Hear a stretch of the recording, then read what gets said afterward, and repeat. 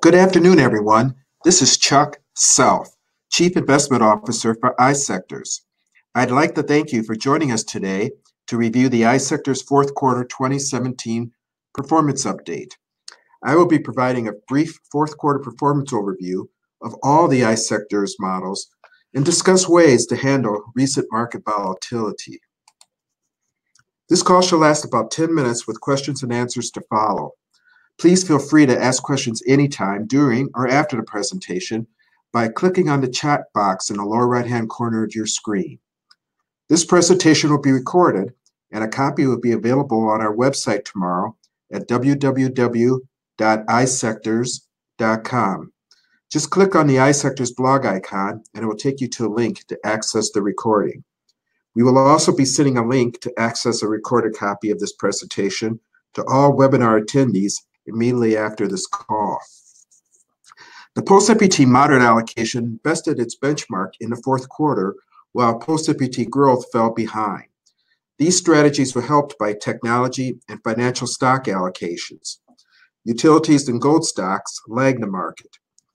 As presented in the chart on slide 3, technology, represented by FTEC, outperformed utilities, represented by VPU. Technology, led by mega-cap stocks, continued to be a leading sector in response to growing demand and as one of the leading beneficiaries of the new Tax Act. On the other hand, utilities have been hampered by rising interest rates and accelerating economic growth, making the defensive sector less attractive. In post-MPT growth, 75% of the allocation is invested in late-cycle investments such as financial, energy, and utility stocks, and treasury bonds. Post-MPT moderate is even more conservative, with greater allocations to treasury bonds, financials, and utilities. The iSectors Post-MPT allocation continues to outpace other ETF strategies. We are pleased that growth is ranked second among all 37 global allocation ETF strategies for 10-year performance in the Morningstar ETF Managed Portfolio database.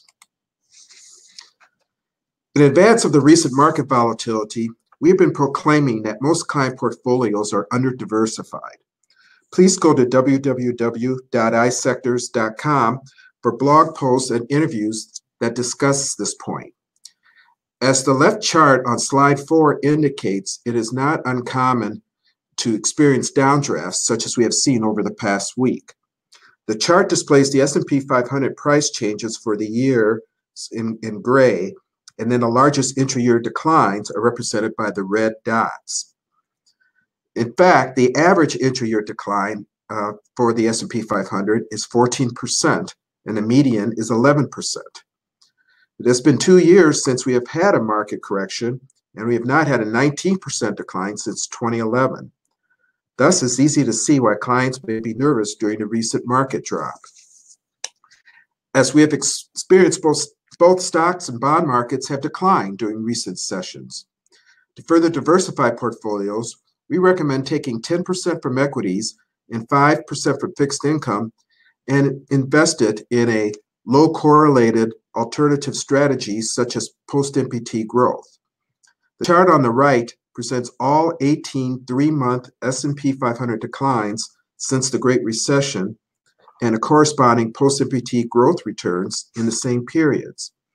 Although past performance may not indicate future returns, post-MPT growth outperformed the S&P in 11 of the 18 periods and had positive returns in almost 40% of them. Adding post-MPT growth as a third asset class to traditional portfolios will keep clients more comfortable if the market continues. The equity allocations turn in mixed results for the quarter. Although domestic equities outperformed global equities, they both fell behind the Standard & Poor's 500. Domestic equity was the best performing iSectors allocation in the fourth quarter. Both equity allocations benefited from dividend stock holdings. The iSectors domestic equity allocation has earned very attractive returns over the past 5 years compared to most large cap blend strategies. In fact, The domestic allocation is ranked 18th out of all 641 ETF strategies in a Morningstar database for 5-year performance, even though it has been underweighted to high-flying growth stocks. The pairing of iSectors post-MPT growth and domestic or global equity has been a very powerful combination historically. The domestic fixed income allocation fell behind the Barclays aggregate due to its strong positioning in the intermediate part of the yield curve, which was most negatively impacted by rising interest rates in the quarter. The global fixed income allocation was helped by international weightings, such as the PowerShares International Corporate Bond Portfolio, PICB, in the quarter. On the other hand, the allocation was hurt by the intermediate fund holdings, such as the iShares iBonds 2023 Corporate ETF, IBDO. As part of our recommendation to further diversify client portfolios, please consider the iSectors Global Fixed Income Allocation. Even though it holds both international and domestic bond funds, we emphasize currency-hedged securities to reduce volatility and lower correlated moves with the equity market. This structure has served our investors well since global fixed income is the #1 world bond ETF strategy over the past 5 years, according to Morningstar. While the endowment strategy underperformed benchmarks in the quarter, liquid alternatives beat the hedge fund index. As indicated by the black line representing the First Trust U.S. Equity Opportunity Funds, FPX, alternative equity funds were strong performers in both allocations. Alternative fixed income funds, such as the VanEck Vectors BDC Income ETF, or BIZD, hurt the results of both strategies. Both allocations are broadly diversified and aim to reduce total risk in client portfolios. Endowment is the most diversified iSectors allocation and can be a one-stop solution for client portfolios. Also, the liquid alternative allocation has outperformed hedge funds over the past 5 years. Given the advantages of the allocation, including daily liquidity, complete transparency, availability to all clients, not just accredited ones, and a current yield of 2.1%, liquid alternatives will provide attractive risk-return characteristics as equity returns ease. The tactical global balance allocation fell slightly behind the results of its 60% stocks, 40% bond benchmark in the fourth quarter. Emerging market equities, as graphed on a chart on slide 8, using the price movement of the Vanguard MSCI Emerging Market Fund, enhanced returns in addition to broad commodity market holdings. The strategy has become fully invested in all global asset classes except for bonds and real estate. The chart on slide 9 indicates that capital preservation has earned over 2.6% on an annualized basis over its 8-year life during a time of low interest rates. The yield is attractive with a short duration while maintaining investment-grade quality on average. Capital preservation rose during the quarter due to interest rate hedged investment grade and floating rate bond holdings. As you know, the fear of inflation and the possibility that the Federal Reserve will need to be more aggressive about raising interest rates were the catalyst to the recent market decline. On slide 10, we present 4 charts to get a macro perspective on the prospects for inflation. The chart on the upper left indicates that the gap between reported and potential GDP has just closed. Although this means that there is little slack in the economy, growth is not charging ahead so fast as to create strong inflationary pressure. The chart on the upper right shows the difference between the yield of the 10-year Treasury bonds and the yield of the 10-year Treasury Inflation Protection Securities, or TIPS. This results in a graph of the market's expectations of average inflation over the next 10 years, called the break-even inflation rate. Although it has risen in recent months, it is not at the high levels seen earlier in the decade. On the other hand, the bottom left graph represents the 10-year trend in year-over-year percentage changes in average hourly earnings.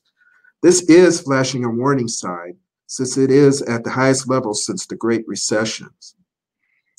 Finally, the price chart for the ETF Securities Physical Palladium ETF, PALL, shows that some commodities have had significant price rises due to surging global demand.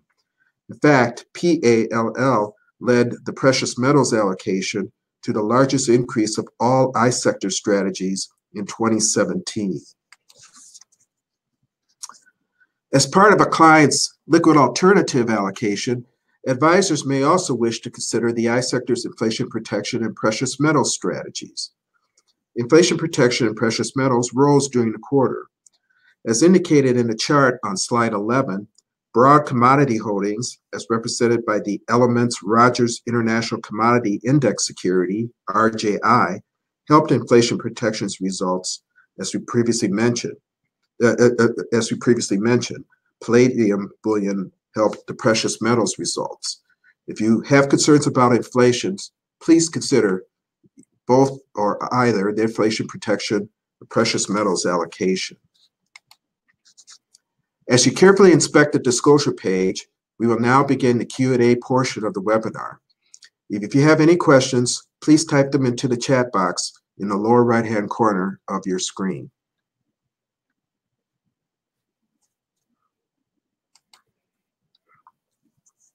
We have some questions.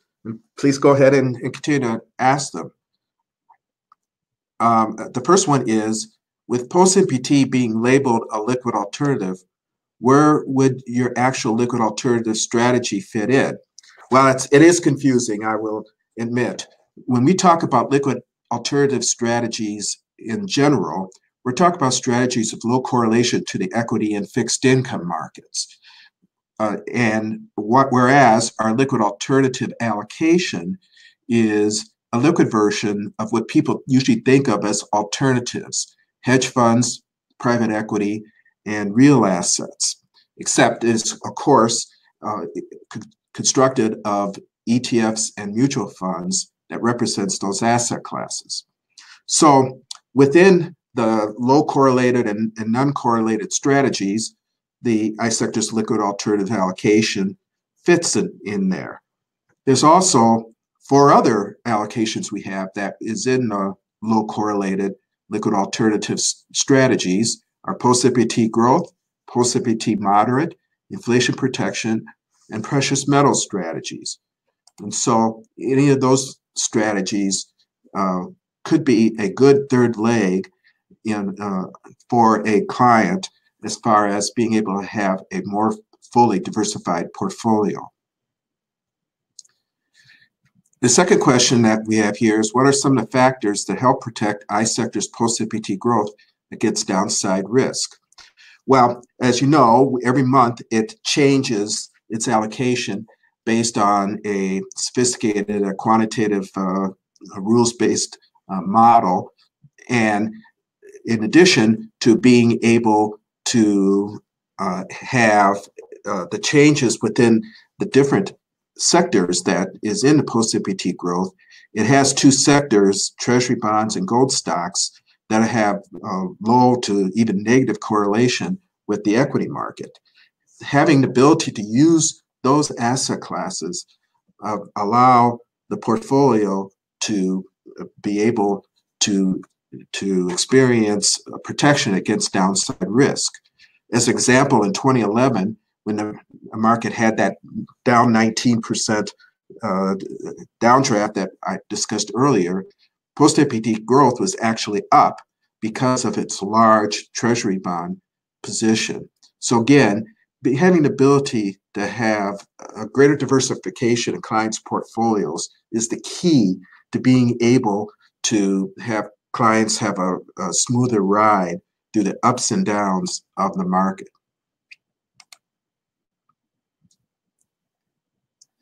The next question we have is, do you use floating rate mutual funds in any portfolio? We actually use floating rate ETFs in our capital preservation portfolio. As I indicated, it was one of the reasons why it did relatively well in the fourth quarter.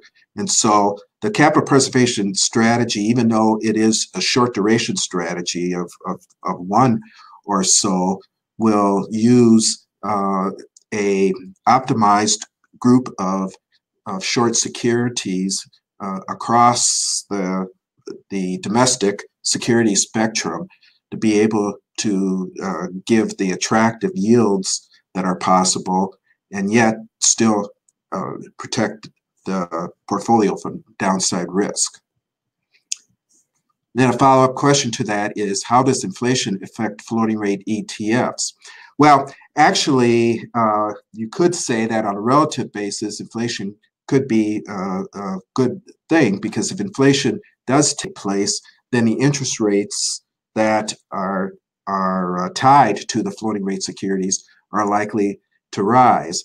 If inflation looks like it's heating up, then it's likely that the Federal Reserve is going to increase the federal funds rates faster. And of course, federal fund rates affect all the short-term rates, whether they're Treasury bills, LIBOR, anything that is short-term oriented. So actually, you'll end up with higher returns and hopefully protection against inflation by having an investment in floating rate ETFs and the other securities that we have in a capital preservation strategy.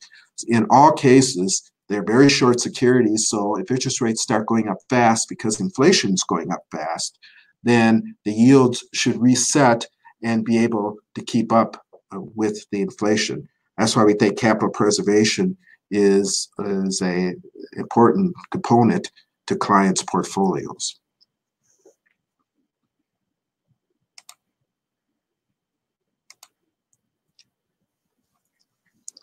Seeing that there aren't any other questions, I'd like to conclude by thanking everyone for attending our webinar this afternoon. If there's anything we could do to assist you with your wealth management or 401k asset allocation needs, please let us know. We could be reached directly at 800-869-5184. Again, thank you, and hope you have a wonderful 2018.